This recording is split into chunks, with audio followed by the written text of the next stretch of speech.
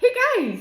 I'm sure that a lot of you have heard about the technique called shadowing for improving your English. A lot of people are confused as to what it can do for you, and I want to break down a few things about it so you know what are the good things and what are the bad things about this technique.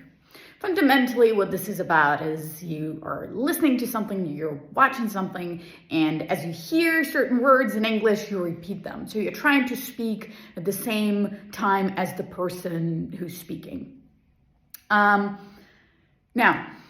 it can be great for your ability to practice your English pronunciation. And that's what it does. So when a lot of people are like, oh, you're going to speak better English because you're practicing your speaking. Well, you're not practicing your speaking. You're practicing your pronunciation. That's what you're practicing. In speaking, when you're communicating with a person, it's not like you're just repeating what they're saying. So it takes a lot more than just being able to hear and repeat what the person is saying to communicate. So the goal is never to practice your speaking when you're doing shadowing. The goal is to practice your pronunciation. But it can be really helpful if you understand the theory behind a lot of English sounds, but you're struggling with the practice. So for example, let's say you know that E and I are two very different sounds, and you've learned how to spot which one should be.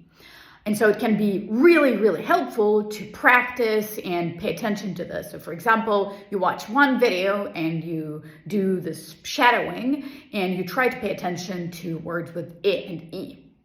Let's say you've done an exercise with minimal pairs where you have to listen to and repeat the words with those two sounds. So you're kind of like, okay, you kind of have some understanding of how to spot one and not the other. And let's say maybe you've watched a video before and you practice just spotting the words with one sound and the other. That's great. Now you're sort of prepared to be working on your pronunciation. Ideally, you will have had feedback by now and somebody would have told you, okay, you're saying both correctly. Perfect. Then you're doing shadowing and it's great and you're improving. But now what happens if you have no idea about this difference? You want to improve your pronunciation, but here's the thing. Your brain is not going to process those two sounds as two different sounds. You're just not going to be able to hear the difference.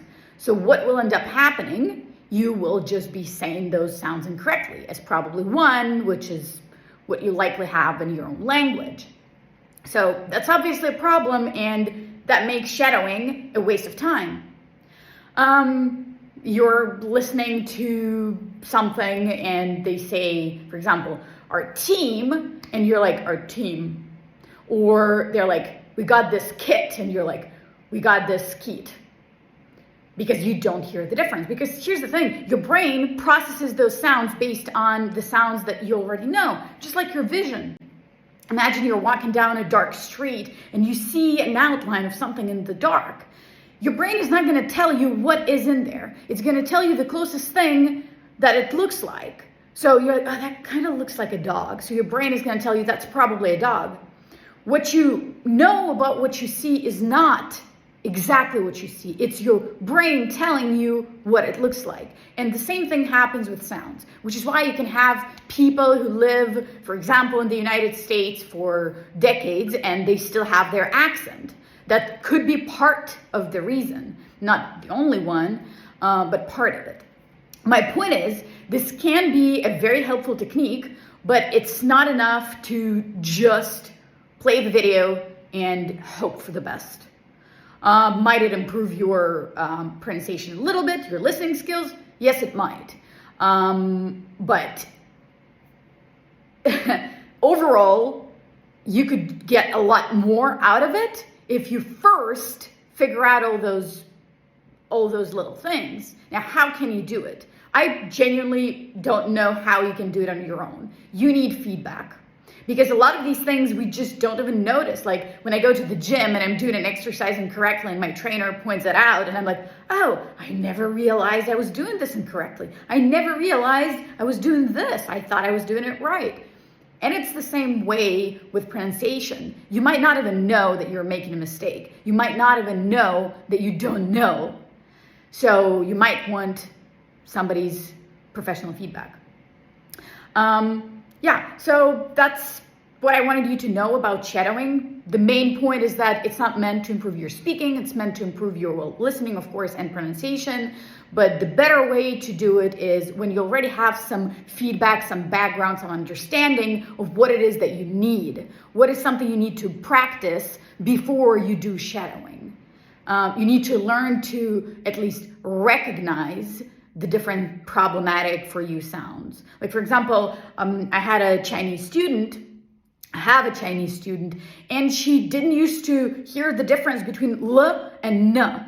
And the has been very close to those two. Like, genuinely, for her, L and N were the same, like identical sounds. And I'd point it out, and I'd be like, oh, well, in this word, we have this sound. In this word, we have this sound. She'd be like, it sounds the same to me. And so it took a lot of work for her to learn to hear the difference between them. And so imagine she were to do shadowing back then. Would that be useful? She'd just be saying L in one case, N in the other, and have no clue about the difference between the two of them. Now that I've pointed it out to her, now that we've practiced with minimal pairs and in a lot of different ways, and I've given her feedback so many times, repeatedly over a long period of time, because remember, spaced repetition. If we do it once, she gets it once, it doesn't mean the next time she's gonna know. So we worked on it a lot, and now she has absolutely no problem working with those sounds. So now shadowing is really useful for her. Anyways, I hope this information was useful to you. Please let me know in the comments below. And if there are any other topics you want me to talk about, yeah, do let me know. And I'll see you